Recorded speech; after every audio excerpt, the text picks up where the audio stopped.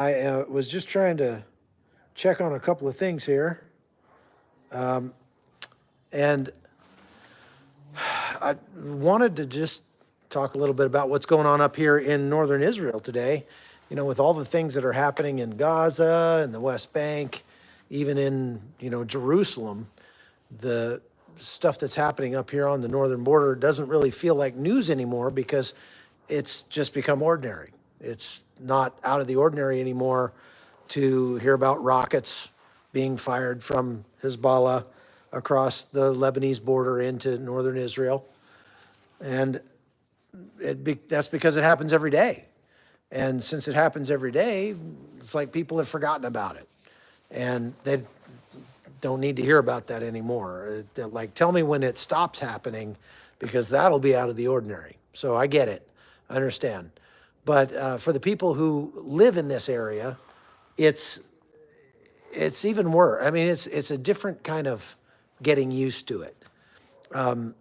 So as you know, there are almost 100,000 people that have fled this area and been evacuated to other places in Israel, and they're still living in hotels. I was in Tiberias yesterday, and they're still there. All the hotels in Tiberias are full of refugees, internally displaced from their homes here inside Israel, with their families and their children. And just imagine, I mean, you thought COVID was bad, the lockdowns and all that kind of stuff. Just imagine being cooped up in a hotel room with your 3 kids. You and your wife and your 3 kids in one hotel room for a week. Maybe you could handle it. But for 7 months, and you can't go to work because your work is up in the north, and so you're just sort of there. You're on the government's dime. The government's paying for it. They're giving you a stipend to buy food and stuff like that. But what do you do with yourself? When I stayed at one of those hotels in Tiberias on my last trip here, my wife and I went and stayed at one of the, actually, I don't think they're supposed to take tourists in the refugee hotels, but I kind of connived the guy into letting us stay there one night. And it's really a strange kind of vibe because it's not like a hotel vibe. It's not like a resort vibe because it's everyday life for those people. And the hotels don't necessarily need or have the ability to keep up everything as much as they normally do when they have tourists coming all the time. Maybe it's because the government isn't paying them as much as the tourists would pay them. I'm not sure. I don't know what deal the government has struck with the hotels, but I have a feeling they're not paying them full rate because the food is not quite as good. The maintenance is slacking here and there. They don't have a lot of the service. The pool is closed, things like that. So a lot of the things that would make staying at a resort hotel fun are not available to these people. It's just a room and board. And they have a place for their kids to play in the area out back where the pool is, but they can't swim.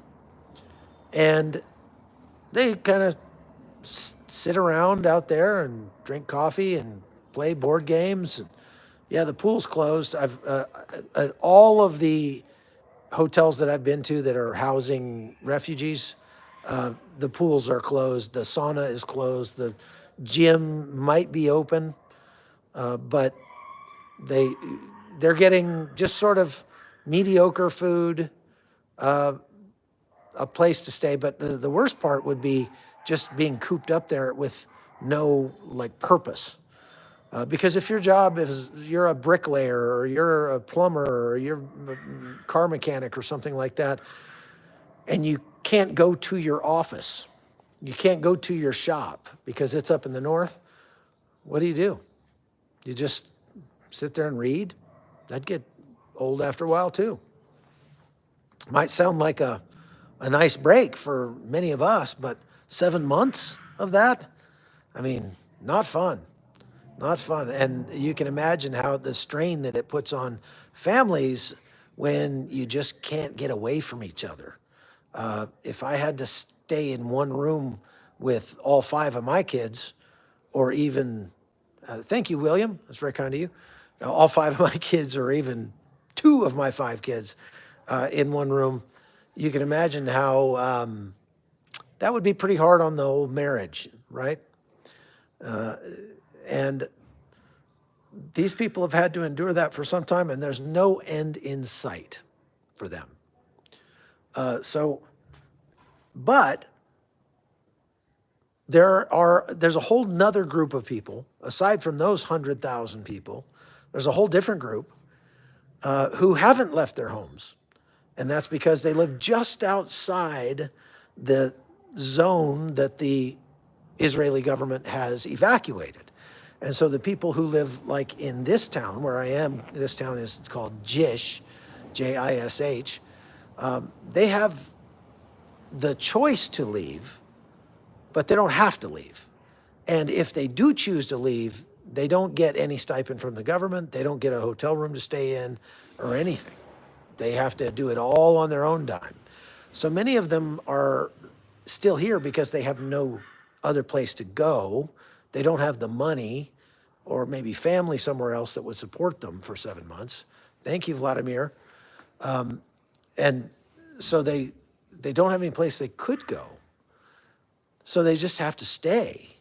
Now, if you stay living here, at the very least, you're in your own home. You've got all your things. You've got your office to go to. You can still do your work to some extent, although there's a lot fewer people here to do it for. So, of course, business is going to be down. Your income is going to be down. For many people, their income is virtually non-existent now, and that creates a hardship for them. You know, especially like in the hospitality industry. This lady that I'm staying with runs this Airbnb. How many people do you think she has clamoring to come up here and stay in her Airbnb when there's literally rockets coming in every day? So where I'm standing right here is, I don't know, maybe 5 miles from the border with Lebanon. I mean, I can see it if I go up on a high spot. I can see the border fence, actually, today. And so today I went for a hike, and there's a real nice trail. I mean, it's beautiful. There's actually a state forest just north of us here. And so I went hiking along. I'm listening to my audiobook, and I'm enjoying the sunshine, and I'm hiking along. And I get a couple miles out there, and I'm thinking, wow, there's nobody out here. I mean, it's amazing. There's nobody here. And then I climb up on the top of a mountain, and I realize, oh, there's the border fence right over there. Maybe it was, I don't know, 2 miles away, not 5 miles away. And so I was like, boy, if I get much closer, I'm going to be within like sniper range here. So maybe I should, let's go back the other direction.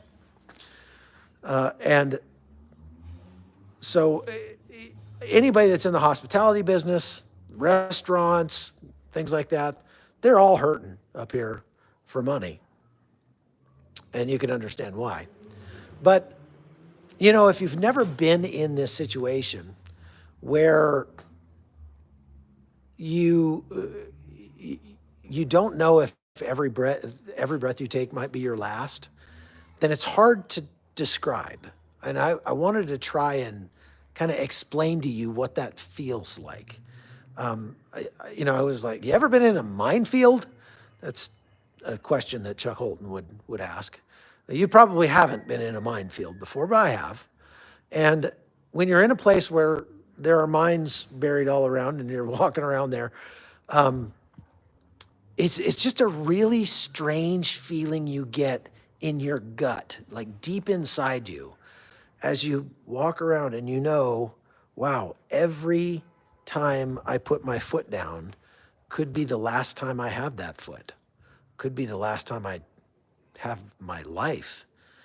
And it's just a very strange feeling. I don't know if you've ever been in a life or death situation where you just get that kind of, I don't know, it's to me, it just sits right here under my solar plexus. Just this tightness that, oh man, like this could actually be it. I might be coming to see you, Jesus. And, You might have had that if you got in a car accident, that feeling you get in the second before you hit the other car, and you just know this is bad, this is bad, this is bad. And like you have that sense of, people sometimes say, oh, my life flashed before my eyes. I've never had that happen, but just get this feeling like, oh, crud, here we go. This could be bad. And, if that happens to you once or twice in your life, you'll get that feeling and you'll know what I'm talking about. But what if it happened every day? What if it happened multiple times every day? What if it happened every minute of every day? At some point, you're going to get used to it.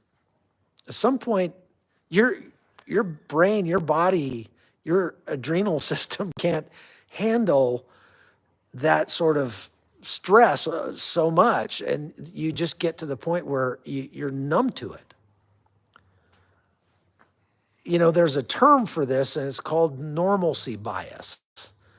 And what I've seen traveling to war zones, spending 6 months in Ukraine after the war started, and spending more than 3 months here in Israel during the war, I've noticed the same sort of phenomenon. And it's normalcy bias, but it's actually a positive manifestation of it. It's a positive use of normalcy bias, because if you're stuck in a place like this, and today I was standing right here, and just up here in the sky above me, bam, bam, bam, bam, bam, the Hezbollah terrorist organization right over there in Lebanon fired 9 missiles, and they shot down a bunch of them right above our heads, right over here. And then they shot 6 more just after that. A couple of those missiles landed, were 300 millimeter missiles. So, okay, that's about 30 millimeters. Okay, so 10 times bigger than that, be about that big around. And they're big fat bombs. They actually, Hezbollah put up a video of them firing these things, so you can actually watch them come out of the tubes and land on a mountaintop that's about 5 miles further to the west from where I was hiking today, but right along the border. And there's a mountaintop there that there's a base on. I don't know if the base is being used or not at the moment, because it's real close to the border. But it showed, the video shows those 2 missiles landing on that base, and they make a couple of big explosions. And I guess one guy was injured by shards of glass from a car that got blown up. That's the only injuries that we've seen. And I mean, God's sovereign protection over Israel, that more people weren't killed. Just think about it. Think about 15 missiles being fired into your town, even into the area around your town. 15 missiles. And they just pow, pow, pow, pow, pow, get shot down. I didn't see people running around. I didn't see people screaming and diving for cover. I wasn't. I was standing out here filming it. It's normalcy bias. And that normalcy bias just kind of says to you in your head, they do this every day. I never get blown up. I didn't get blown up before. Well, the IDF just blew something up, speaking of which. Just heard the jet, and I heard an explosion off in Lebanon. But, when we were out here, my story about Connie and Rubina, when we were out here in Jish second time I came here maybe, I brought my wife and my son and daughter up here. This is in December of last year. And I was interviewing Shadi Khalul, IDF major in the reserves that was out here. And we were standing on a mountaintop, and the IDF had a gun position just down below in the enfilade of the hill that we were on. And they fired I don't know, artillery round or something toward Lebanon. And we were standing on the mountaintop looking into Lebanon, and boom, this gun goes off. Of course, we didn't get any warning, and it's outgoing fire, so there's not any danger to us per se. But my wife, of course, doesn't know the difference between outgoing and incoming. And I turned around to look at her, and she was about a foot off the ground and holding on to Rubina at the same time. She jumped and grabbed Rubina, and she was like going to shield Rubina with her body. Not that it would have done any good at all. It would have, a artillery round like that would have killed everybody on that hilltop if it hit the hilltop, but it was going the other direction, fortunately. I love my wife. She's so protective. She's such a great mother. Anyway, but just imagine living like that every day of your life. A missile could come in at any moment. There's people right over there that hate the people here so much that they just make it their business to lob rockets and missiles and suicide drones over here every single day. And they're so used to it that the Israelis have invented a system to shoot them down. And it's very effective, and that's good. But, oh, here goes another jet. Let's see if we hear an explosion. I'm sure you can hear that.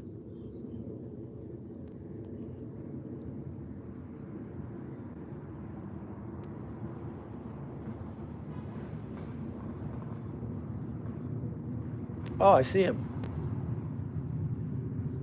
It looks like it might be going the other way. Well, we'll know if there's an explosion or not. But just imagine what that must feel like. And at first, it'd be really scary. Be scary for the kids. Be scary for everybody. But every day for 7 months, 8 months, I tell you, the kids here, they don't even hear it anymore. You know, those things go bang, bang, bang, bang, and they go off, and the kids go, oh, and they just keep playing. They just keep doing their thing. That's normalcy bias. It hasn't happened to me before. They do this every day. And so it probably won't happen to me today either. So I'm just going to go about my business. In Ukraine, the air raid sirens go off every day and, multiple times a day. And at first, the first couple of days of the war, people would run to the shelters, run to the metro stations or something like that. But they quit doing that after a week, and now they just keep on walking. My daughter was with me in Ukraine, and we were going out to dinner one night, and the air raid siren went off, and there's people walking on the sidewalk, and we were too. And she's filming, just like, look at this. Air raid sirens going off. Nobody's paying any attention to it. Why? Well, Kyiv is a big city, and they don't have the Iron Dome system. They do have some air defense capability, but not like the Iron Dome. And so, there's 3 or 4 million people in Kyiv. One house is going to get blown up on average every day by Russian missiles. And so, no, well, I don't know if they deleted the West Bank video or not. I hope not. But so one house is going to get blown up. Okay. Sorry about that. Somebody called me and bumped you off. I had to put my do not disturb on. I forgot to do that. Okay, sorry about that. So, yeah, am I back? Am I back? Signal cut out. Wow.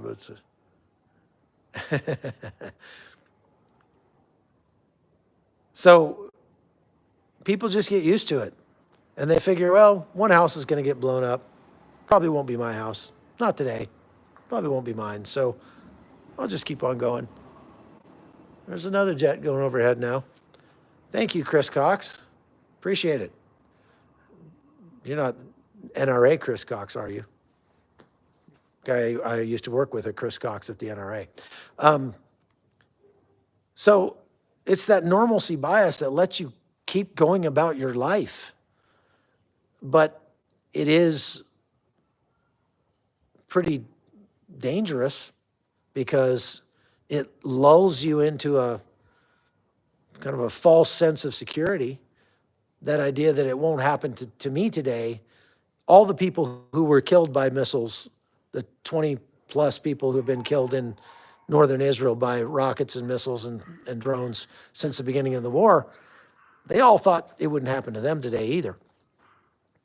And you could kind of think of it like violent crime. Okay, if you live in a major American city, there's violent crime every day in major American cities. And, you know, that doesn't stop you from doing your thing. You still go to work, you still go to the mall, you still go shopping or go out to a restaurant, and you try to take reasonable precautions to keep from being victimized. But there's always a chance somebody could walk up and put a gun to your head and demand your wallet. There's always a chance somebody could break into your house while you're sleeping and steal. But that doesn't keep you from buying a house. It doesn't keep you from going to restaurants. Thank you, PC. It doesn't keep you from living your life. It's just something you learn to deal with. And I guess that's what people are doing here, is they just look at it like a form of long-distance violent crime. And somebody's going to get victimized by it, but I just hope it won't be me today. And if there's anything I can do to sort of reduce my chances of being a victim of a violent criminal act, then I'll do that. I'll do that if it's reasonable and it doesn't, you know, crimp my style too much. But otherwise, I'm just going to kind of not worry about it. Just try not to think about it. And I think that's the only way that people can learn to live with what they're putting up with here. Because, I mean, who would want to live like this? But the thing is, it's the government's job to stop people from victimizing you. It's the government's job to put in place a system that will hunt down and prosecute criminals, violent criminals especially, and lock them away, put them someplace where they can't hurt you anymore. And in the case of a violent invader or a violent, you know, militia that's just a few miles north of you that's regularly lobbing rockets and missiles into your neighborhood, it's the government's job. That's the reason you pay taxes. The very first duty of the government is to safeguard its citizens. And so it's the government's job to do something about it. And those jets you hear overhead, that's the government doing something about it in this case. And so the problem is they're not curtailing the violence. Those jets you hear, they're blowing up Hamas facilities and weapons caches and headquarters and things like that, even assassinating some of the leadership of Hamas. But they're not going hard enough against Hamas to actually put a stop to it. And so those 100,000 people that are staying in hotels have to keep staying in hotels. Those people who are losing their livelihood because there's no business, they're going to keep losing their business until the government just does what it has to do to put a stop to the problem. Now, one of the ways that the government is kind of going about this wrong, in my opinion, is they're trying a top-down approach. They have this idea that if we just cut the head off the snake will die, and then it's all done. We just have to kill that one guy. If we can find Yahya Sinwar,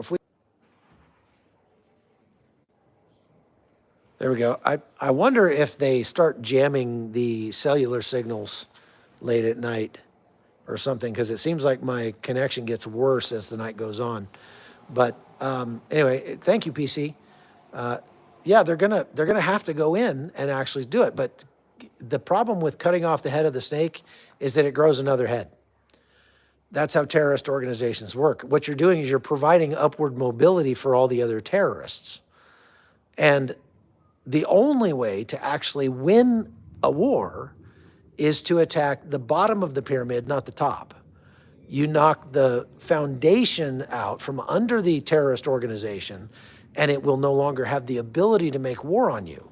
So you get rid of its logistics, you get rid of its financing, and you get rid of its foot soldiers. And then it can no longer make war.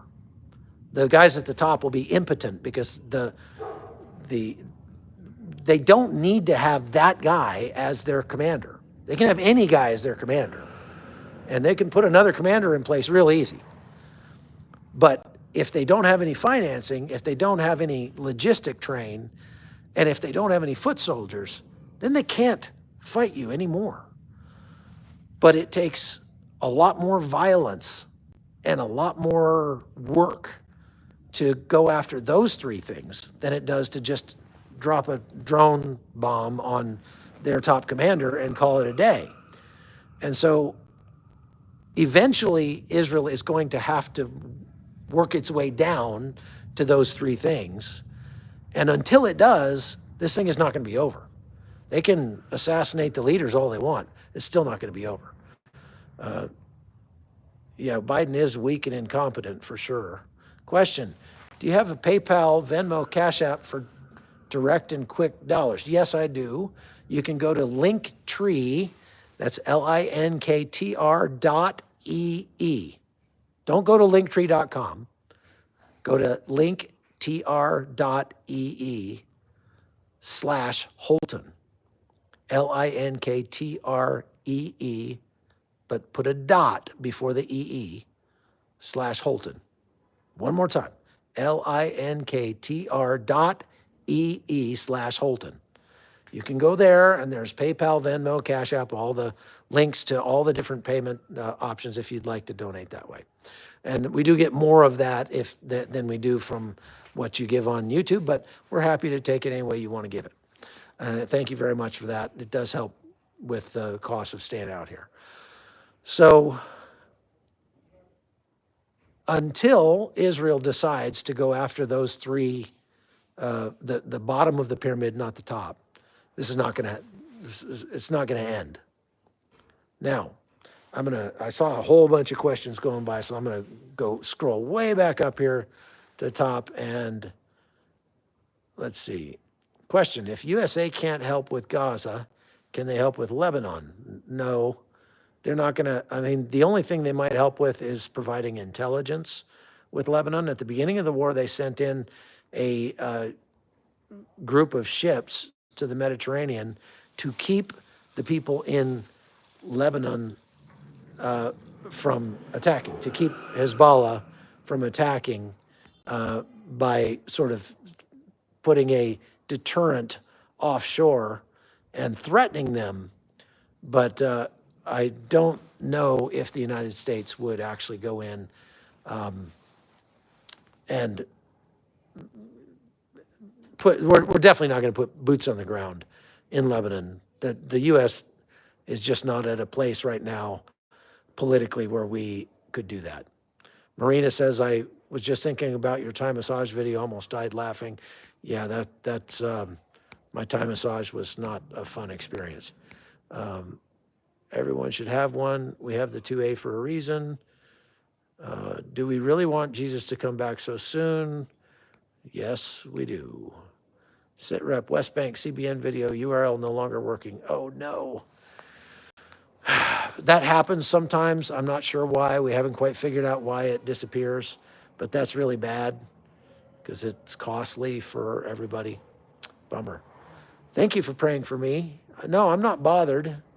Not at all. It's late at night and I'm ready to knock off and go to bed. So I'm a little tired maybe. It's been a long day. Let's see here. Tried to convince my hubs, he just laughed. Wait, I'm missing part of the conversation there, one tired mama. Not sure what you tried to convince your hubby of. Questions in all caps, yes, please do, because it makes it a lot easier to see. Yeah, we did have some buffering, yeah, but is that true? Propaganda. Gentry Jude. Worrisome to me too. Been thinking how to open Bible study page to share daily texts and admonition. I bet they do jam them. Too many chances of time. Came in late. Is someone bad happened? No. There was some rockets that were fired into this area today, and I'm just talking about what it's like to live under that kind of a threat. It's just really, really interesting to watch the people around here. Half of the people that live in this village are Muslims, and they just sort of watch the rockets come in from Hezbollah and go, and they just go about their day. They just do their thing. And I guess that's what you have to do. It just shows that you can get used to just about anything. Thank you, One Tired Mama. If IDF stopped their decades of killing defensive civilians, blah, blah, blah. Yeah, no, Gareth, that's certainly not the case. Gareth, come on, you're not dumb enough to think. What was October 6th? Up till October 6th, the IDF wasn't at war in Gaza. Hello? October 7th, just, good grief. I don't know why the YouTube got deleted, the CBN one, but hold on, I'm going to get rid of this guy. I'm trying to be a little quieter than normal too, because there are people going to sleep already. It's after 10 o'clock at night here. So that may be why people think I'm sad. I'm not sad. I'm just trying to be nice to the people that are around here. Okay, question. What do you think about the Trump conviction? I think it is the best possible thing that could happen to Donald Trump as far as getting reelected, because there are a lot of people who did not vote for Donald Trump or were on the fence about voting for Donald Trump, but they see, and it doesn't take a rocket scientist to know that this is a travesty of justice, and they're going to vote for Donald Trump now just as a vote against the system, not even as a vote for Trump himself. What do you think of Biden's speech today on the ceasefire plan? I think it was very cowardly, like Amir Tsarfati said, super cowardly, because he waited until it was Shabbat in Israel to give the speech, because he knows that most people in Israel don't check their phones for 24 hours. So he waited till right after Shabbat started. Then he gave this speech that he knew was going to make everybody in Israel mad. And that, what a cowardly thing to do. The Student Loan Forgiveness Fund Hamas? No, I don't think so. You sent Trump a message of support. He's probably going to raise so much money off of this. It's ridiculous. All right. Yeah, I'm going to go get some rest. And thank you, bad girl, for God. We all want to move to Israel, and spouses are laughing like one. Why do you want to move to Israel? Armenia would be nicer, I think. I like Israel for its history. There's a lot of natural beauty here. I don't like it for its rules. It's got a lot of rules and a lot of weird rules that people from America would not be used to, that are sometimes quite frustrating. And, not a lot of, that people don't feel much of a desire to cater to people who don't know the rules or don't speak the language. And I don't blame them, but it does make it difficult if you're an expat to live here. Just going to get gas is an ordeal, because there's literally no way to change the gas pump to English. So it's just Hebrew. And so you like have to, and you got to put in like your license plate number, and it's like giving you all these prompts, and you're supposed to be doing, and I'm like, I just literally can't, I can't understand what to do here. So I usually just go inside and go to the guy at the pump and go like, I'm sorry, can you just turn the pump on? Because I have no idea how to do this. Stuff like that. And Shabbat, for all of the, you know, reasoning behind it, which I understand, you know, if you're Jewish and that's kind of how you gain your salvation, so to speak, is, you know, by following all those rules, you know, good for you. But as a liberated Christian who's liberated from the law, it's really frustrating. And I don't mean that to be critical, but, you know, just everything comes to a screeching halt on Friday, and you can't get anything done until Saturday afternoon. For a high output guy like me, that's a really frustrating thing, way to live. I'm all for taking a break and, you know, knowing how to rest, but enforced rest is not very restful for me. If I don't choose it, then it's not restful for me. How's Armenia? Armenia is fantastic. It's been raining a lot there lately, but the weather's good. It's beautiful. And one thing that I like about Armenia is there's basically like almost no rules. So if you want to fly your drone, you fly your drone. If you want to drive your car, you drive your car. If you, I mean, there's like, they remind me a lot, their culture reminds me a lot of America in the 1980s. It's like, I do what I want, you know? And will you tell us the majority of the rules sometime when you're more rested and have the time? Yeah, I mean, it's just lots of little things. It's nothing that's like a game, you know, a deal breaker. It's just lots of little things. It's like, you know, rules of the road that are different. It's, you know, when the garbage is supposed to go out. It's what side of the road you're supposed to walk on. People get upset when you just walk across the road when there's no crosswalk, even though there's no cars coming. You know, just it's stuff that to me is like, these are weird. And I have to say, people in Israel are darn unfriendly on the road.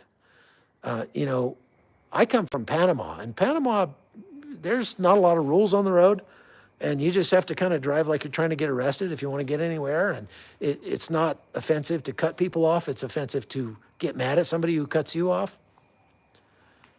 And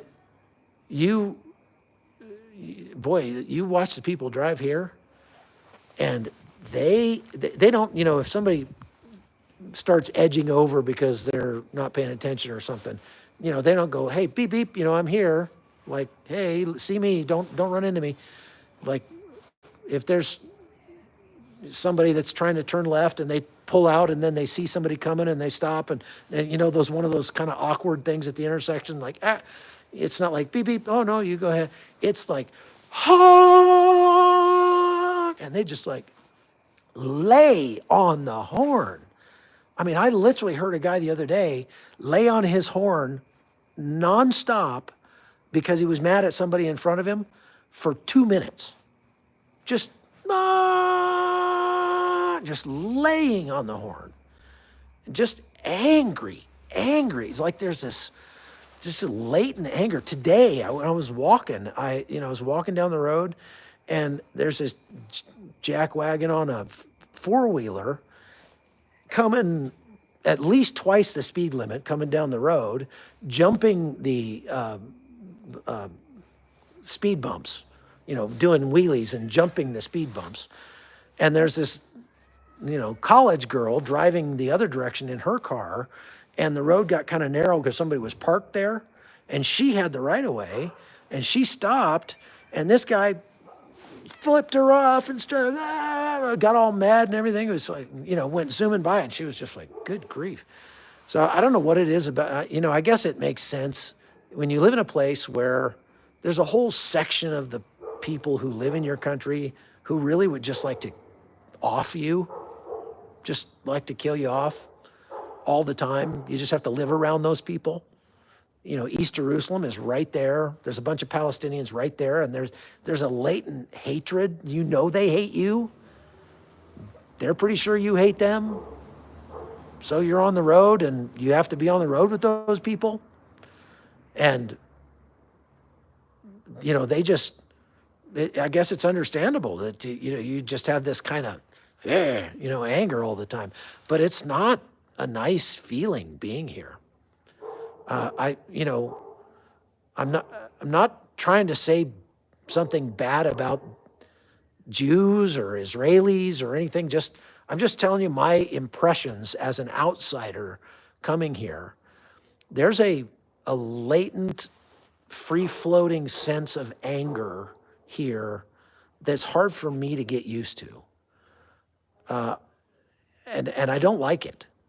And for that reason alone, I would not live in Israel. I don't like Israel. Again, I love the history. It's a beautiful place. The food is great. I eat very well here. There's plenty to do. And I've met some extremely friendly Israelis who have taken me into their homes. This lady here that gives me this place to stay in, she's wonderful. She came and washed my clothes for me today. She's a nice person. But on the whole, I don't get the sense that the people here are super welcoming or even just nice on the whole. Again, you know, speaking in generalities, you know how it is. You go someplace, you get a sense for the culture, you know, just get a feeling for what it's like there. When I go to Armenia, man, everywhere you go, people they just like you're their brother, and they just love you, and they pull you into their house, and they make you sit down and eat with them, and, you know, they'll do anything for you. When we were hiking in Armenia last week, we had a guy with us that was older, and he got really, really tired. And we still had this big hill to go up, and he was really wiped out already. And there were some guys, there was a little house there we walked by, and there were some guys out in the front yard drinking coffee. And I got practicing my Russian on them. And the guy kept saying, like, "Как тебе могу?" How can I help you? That was his first question to me. Like, how can I help you? And that's what people in Armenia are like. And they just like, if I've had people come outside, and I was literally sitting inside their car because I thought it was a broken down old Hulk and I didn't know anybody lived there. And I was getting my picture taken in this guy's Jeep. And the guy came out and saw me sitting in his Jeep, and you'd think he'd be like, "Get off my property." But he was like, "Oh, hi, people, come on in." And he brought me in his house and gave me vodka and fresh milk that he just got from the cow and some candies, and just like wonderful. And I'm not saying there aren't people like that here in Israel, but just on the whole, especially because most of my time I've spent in cities and not in the country. And people in cities tend to be less friendly anyway. But I'm, you know, and yeah, you can call those stereotypes if you want. I'm just giving you my feelings on the matter. I get to have an opinion, and I'm just being honest. Like I said, I've met some absolutely wonderful Israelis, and I know that there are lots of nice Israelis out there. But on the whole, I don't get the sense that Israeli culture is a friendly culture. And I believe that there are valid reasons why. And so I'm not criticizing it. I'm just saying it is what it is. That's all. Are Christians safe there in Armenia? Armenia is a Christian country. I mean, if you go there for a week, you'll get told 300 times that Armenia is the world's first Christian country. They're very proud of that. Armenia is the safest country in Asia, probably the safest country, safer than any country in Europe. Put it this way, there is literally not one place in that entire country where I would not allow my wife to walk alone at 11 o'clock at night, or my daughter. It's that safe. So yes, Armenia is extremely safe. There's a lot of rancor in Israeli culture because you have a lot of competing claims on the land. So even in just the old city of Jerusalem, you've got four quarters, and those people are kind of, at odds with each other, especially between the Jews and the Armenians right now, because like, oh, well, you're took down this wall and that's on my land, and oh no, you're trying to build over here and that's my land. The Arabs came and put up a loudspeaker literally right in front of the Christian mission in the Christian quarter of the old city, and 5 times a day they blare out, the Muezzin's call, like literally from me to those stairs, like that close. They just blare it out there as loud as they can, like they're literally trying to be annoying. And I was telling the guy that I was interviewing there, I was like, yeah, if I lived here, that loudspeaker would have an unfortunate accident. And he's like, yeah, tell me about it, I wish. But that would cause World War III down here. So, hey, thank you for the $10. I appreciate that. I'm Jewish, I can agree. Israelis are very tough, fast, loud, and don't always have great manners. Yeah, and you know what I've noticed too? I think it's, Marina, something with the Hebrew language that when is translated into English sounds rude to our ear, and that's not meant to be. So what I mean is, like I was buying a bag of nuts at the store yesterday, okay? And there were 2 different brands, and I didn't care. I just wanted a bag of nuts, so I grabbed one of the bag of nuts. And the guy at the checkout counter saw me grab that bag of nuts, and he said, why would you buy that bag of nuts? And I said, because I like them. And he said, yes, but there's a much better brand right here. You should get these. These are much better. I was like, okay, whatever. And I don't think he was trying to be rude. I think he was trying to be nice. I think he was trying to, help me get a better quality nut. But the way he said it, if you were in America and you talked to somebody that way, it would be really rude. Why would you buy that kind of nut? Huh. That kind of thing. Oi! Yeah. And I've always said that people in New York are the rudest people in the world. Because, in New York, man, you walk up to somebody, excuse me, you know what time it is? Do I look like a freaking clock to you? That kind of thing. And I'm starting to realize that maybe the people in New York talk the way they do because there are so many Jews in New York, and the Yiddish, kind of seeped into the culture there, something like that. But, it's the same thing. We had to learn the same kind of thing when we moved to Panama, because in Panama, if somebody comes up and wants to sell you something, and in America, if somebody walks up and is trying to sell you something, you just go, not interested, sorry. But if you were to go, and wave a finger at them, that would be pretty rude. Waving a finger would be pretty rude. Shaking your head would not be.